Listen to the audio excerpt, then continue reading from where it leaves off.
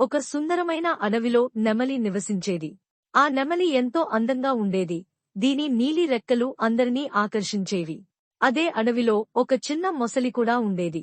మొదట ఈ ఇద్దరి మధ్య పరిచయం లేదు. ఒకసారి నెమలి జలంలో నీళ్లు తాగుతుండగా మొసలి దగ్గరికి వచ్చింది.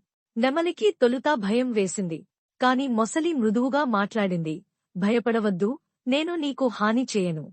నిన్ను నిత్యం నీ చందమామలా నాట్యంతో చూసి సంతోషిస్తుంటాను. అలా ఇద్దరి మధ్య స్నేహం మొదలైంది. ప్రతిరోజు నెమలి మొసలిని కలిసేది. తన డాన్స్ చేసి చూపించేది. మొసలి కూడా తన కథలు చెబుతూ నెమలిని నవ్వించేది. ఆ స్నేహం అడవిలోని ఇతర జంతువులకు ఆశ్చర్యంగా అనిపించేది. ఒకరోజు నెమలిని ఓ వేటగాడు పట్టుకునే ప్రయత్నం చేశాడు. అది చూసిన మొసలి వెంటనే నీటిలోంచి బయటికి వచ్చి వేటగాడిని భయపెట్టి తాపీగా నెమలిని రక్షించింది. నెమలికి అప్పుడు స్నేహం విలువ నిజంగా తెలిసింది. నిస్వార్థమైన స్నేహం ఏ రూపంలోనైనా ఉండవచ్చు. అప్పటినుంచి వారి స్నేహం మరింత బలపడింది.